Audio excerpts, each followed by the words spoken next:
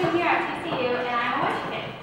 3.5 years ago, when I was just 14, I received the news that no teenager should ever have to hear. You have cancer. I had severe abdominal pain, and the doctors couldn't figure out what was causing it.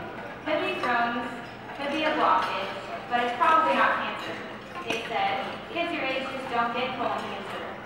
That's an old people's disease.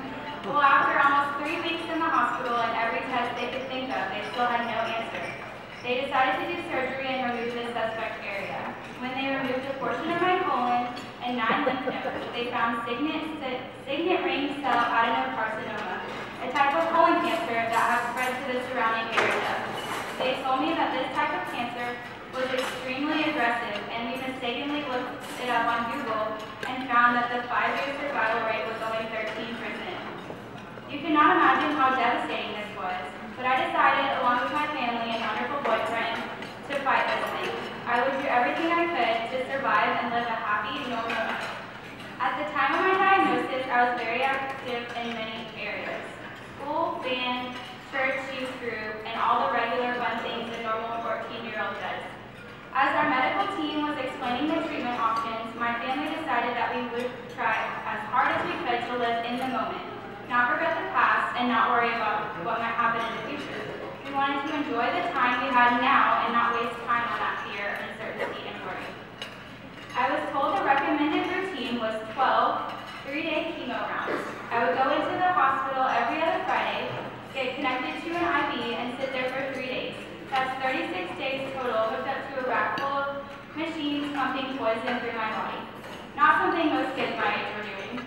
The chemo made me nauseous, but every Sunday night when I was finished, I went home, showered, then went out and had fun. I didn't want to sit around the house. After all, I had just spent 3 whole days sitting around. I had things to do. I completed the chemotherapy and they sent me down to Houston for a state-of-the-art surgical procedure called HIPEC.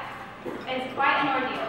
They cut open my entire abdomen, like this thing, and spread it wide open. Then they took about 2 hours looking and feeling for any cancerous tissue. Next, they inserted 2 tubes and closed up the incision.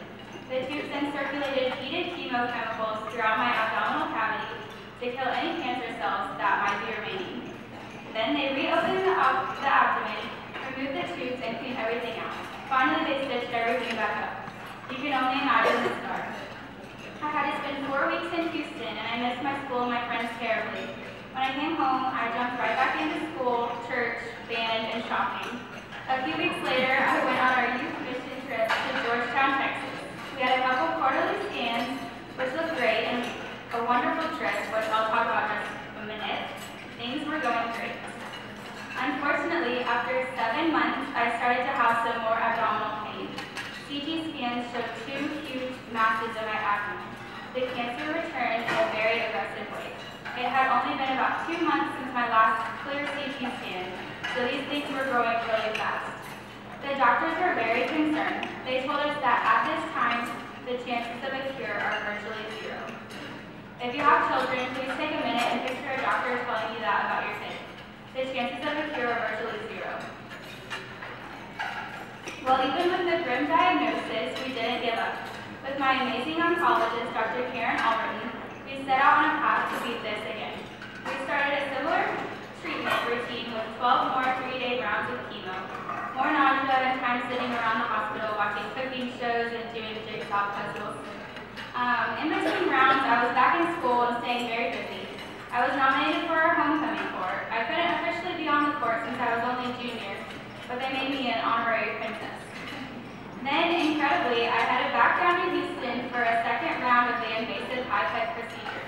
They cut me open and found that the 2 huge masses were my ovaries. The cancer had spread and my ovaries were huge. This was bad news in that they had to remove them, but good news in that the cancer was enclosed in an easily removable container. They did the heated chemo again, and I returned back to school and jumped right back into marching band, oboe solo and ensemble, mission trip, and lots of fun teenager activities. I have to say, I'm very proud of myself for staying active and positive during all the medical procedures, but really this is not the way I thought high school was going to go for me. Kids just don't ever get colon cancer, they said. Now I'm 1 in a million, 1 in 100 million. My wonderful and thankfully cancer-free. I was officially selected to be the Martin High School Homecoming Queen, which was another magical night, and my dream came true when I was accepted to TCU. Unfortunately, just last month, after a 16-month break from our battle, another mass was discovered near my right kidney. The cancer had returned for a third time. In early August, I had my 8th major surgery to remove most of this mass. It was a 5-hour surgery, and I was in pretty bad pain after the big procedure.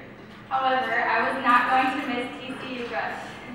Just 11 days after the procedure, I moved into my dorm here at TCU and started Rush Week. The whole week was a blast. We did lots of walking, visiting, meeting, more walking, but we had so much fun. Earlier in the week, I started to fall in love with all the actives from Chi Omega, and when midday came, I saw Chi Omega on that bid card, and I literally started crying. I've just started chemotherapy treatments for a third time. These are scheduled to be every other weekend. I'm actually supposed to be in treatment this weekend, but I was not going to miss this event, so my doctor let me push it back until next weekend. I'm much happier here tonight than I will be at Cook's.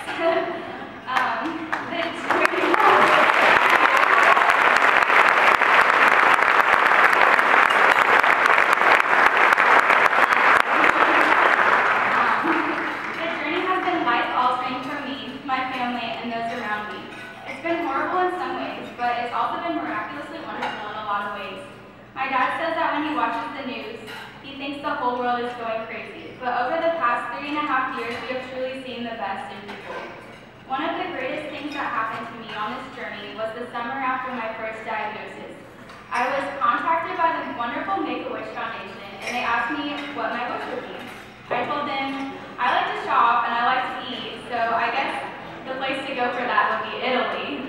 A few weeks later, we went to an Italian restaurant in Dallas for a dinner, and my wish granter, Abby Stark, surprised us and came out with a huge cake that said, "Your wish has been granted, you're going to Italy."